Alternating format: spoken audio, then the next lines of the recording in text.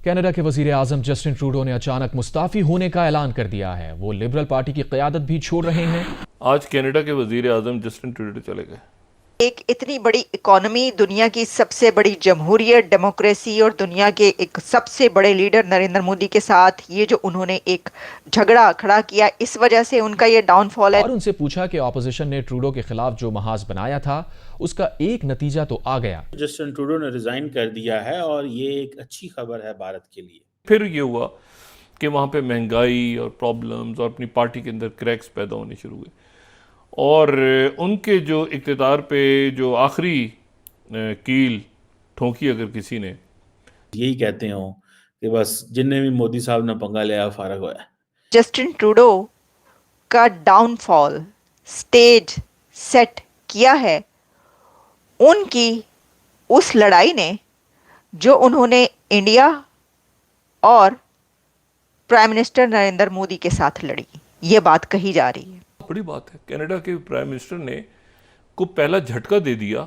देखते हैं कि अमेरिका के अंदर भी नई लीडरशिप, कनाडा के अंदर भी नई लीडरशिप, दुनिया के सारे लीडर जा रहे हैं सिवाय नरेंद्र मोदी के। सिर्फ मोदी साहब खड़ा है अपनी जगह पे।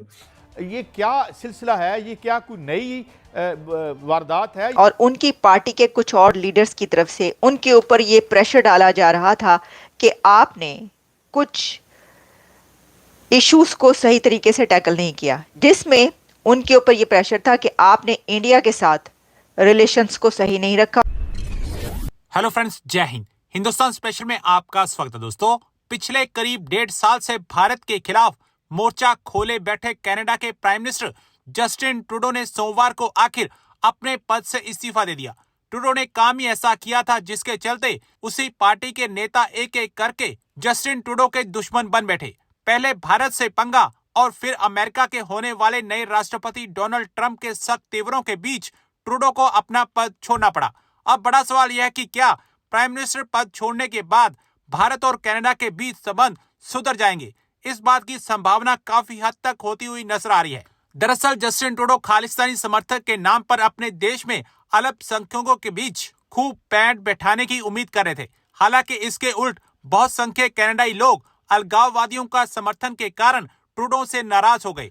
कनाडा के लोकल बाशिंदे नहीं चाहते कि उनके संबंध भारत से खराब हो या फिर उनके देश में कट्टरपंथी विचारधारा से जुड़े लोगों को समर्थन मिले। जस्टिन ट्रूडो का डाउनफॉल स्टेज सेट किया है उनकी उस लड़ाई ने जो उन्होंने इंडिया और प्राइम मिनिस्टर नरेंद्र मोदी के साथ लड़ी।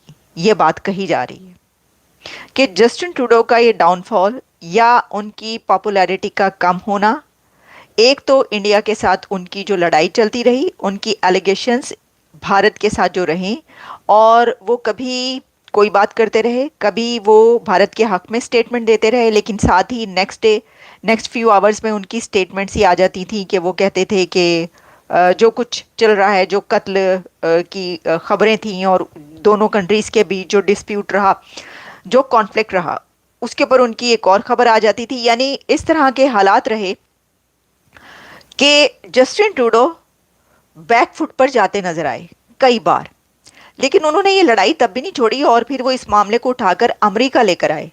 लेकिन बैड लक ये हुई जस्टिन ट्रूडो के साथ कि जिस अमेरिका के पास यहाँ पर वो अपना वो कॉन्फ्लिक्ट उठाकर लेकर आए थे कि इसको हल कराएं, इसी अमेरिका की तरफ से, यहीं से जो प्रेसिडेंट इलेक्ट डोनाल्ड ट्रंप है, उन्होंने कहा कि आप गवर्नर बन जाए और कनाडा को एक स्टेट बना दे अमेरिका की। तो इस वजह से उनके ऊपर डबल प्रेशर आ गया, क्योंकि जस्टिन ट्रूडो के डेप्यूटी प्राइम मिनिस्टर और उनकी पार्टी के कुछ और लीडर्स की तरफ से उनके ऊपर ये प्रेशर डाला जा रहा था कि आपने कुछ इश्यूज को सही तरीके से टैकल नहीं किया, जिसमें उनके ऊपर ये प्रेशर था कि आपने इंडिया के साथ रिलेशंस को सही नहीं रखा और इंडिया के साथ जो इशू आपने क्रिएट किया या जो इशू क्रिएट हुआ उसको आप सही तरीके से अच्छे तरह नहीं हल कर पाए, उसको आप उस कॉन्फ्लिक्ट को रिजॉल्व भी नहीं कर पाए, उसका कोई रिजल्ट भी अपने कंट्री के हक में नहीं निकाल पाए और आपने बिला वजह की बदनामी भी मोल ली और बिला वजह के आपने एक झगड़ा भी पाल लिया इंडिया के साथ। तो क्या एक इतनी बड़ी इकोनॉमी, दुनिया की सबसे बड़ी जमहूरियत, डेमोक्रेसी और दुनिया के एक सबसे बड़े लीडर नरेंद्र मोदी के साथ ये जो उन्होंने एक झगड़ा खड़ा किया, इस वजह से उनका ये डाउनफॉल है? देखें, इसके अंदर बातें ये की जा रही हैं जो मैं आपको बता रही हूँ। जब भी कुछ ऐसा नजर आता है तो उसमें बहुत सारी चीजें होती हैं, और अभी का ये जो है, एक और बात कही गई है उनके डेप्टी प्राइम मिनिस्टर की तरफ से और उनके उन लीडर्स की तरफ से, ट्रूडो के जो उनके पार्टी लीडर्स हैं उनकी तरफ से ये भी कहा गया है कि आपने अमेरिका के साथ जो टैरिफ का मामला था वो भी सही तरीके से हल नहीं किया। उनके पार्टी लीडर्स का और उनकी पब्लिक का ये कहना है कि अमेरिका के साथ भी एक और नया कॉन्फ्लिक्ट उस वक्त सामने आ गया कि जब ट्रम्प की तरफ से सपोर्ट करने के बजाय, या ये कहने के बजाय कि ठीक है हम टैरिफ का मामला जो है देखते हैं, हम टैरिफ नहीं लगाएंगे या कुछ भी, ज़रा कुछ साथ देने, सपोर्ट के बजाय उन्होंने कहा कि आप अपना कंट्री जो है वो एक हमारे उसमें जम कर दें। जस्टिन ट्रूडो ने रिजाइन कर दिया है और ये एक अच्छी खबर है भारत के लिए। ये कैसे अच्छी खबर है इस पे भी कमेंट करते हैं। लेकिन मैं देख रहा था कि जस्टिन ट्रूडो जो हैं वो अ, एक लंबा अरसा प्राइम मिनिस्टर रहे, और कहा जा रहा है कि he is living mixed legacy and a divided country. और ये समझ लें कि उन्होंने जिसे कहते हैं ना कि 2015 में विक्ट्री स्पीच दी। उस वक्त अपनी लिबरल पार्टी जो है, लिबरल्स पार्टियों का वैसे ही बुरे हालात हो रहे हैं पूरी दुनिया के अंदर। मैं आपको बात बताऊं, कंजर्वेटिव आ रहे हैं, पूरी दुनिया में कंजर्वेटिव आ रहे हैं। यूरोप में भी ऑलमोस्ट लिबरल्स जा रहे हैं। बड़ी मुश्किल से फ्रांस में मैरीन ले पेन को रोका उन्होंने। ये लिबरल्स भी जा रहे हैं। अमेरिका के अंदर भी लिबरल्स को बड़े बुरे हालात हैं, और लिबरल्स जो हैं वो कंजर्वेटिव की तरफ जा रहे हैं। अगर लिबरल्स ने अपनी स्ट्रैटेजीज ना बदली तो ये कंजर्वेटिव लीडरशिप पूरी दुनिया में आ जाएगी। बहरहाल एनी हाउ, ट्रूडो जो है उसने अपनी पार्टी से भी रिजाइन कर दिया, और वो कह रहा है कि मैं ज़ाहिर बात है इलेक्शन भी नहीं लड़ रहा। और अब एक नया आएगा लीडर। बड़ा एक ड्रामेटिक फॉल है 2013 से, ठीक है जी। और क्लाइमेट चेंज के ऊपर भी बात करते रहे, social programmes, Canadian middle class, economy, immigration, बहुत कुछ। फिर आखिरी ये ट्रम्प ने जो उनकी बुरे हालात किए हैं, ट्रम्प ट्रूडो के भी सिरे चढ़ गए हैं मेरे ख्याल से।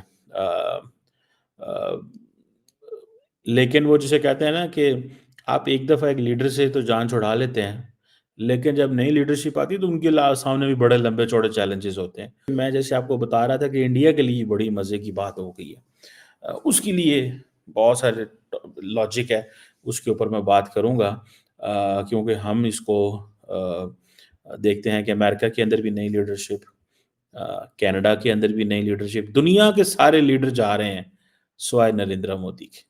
सिर्फ मोदी साहब खड़ा है अपनी जगह पे।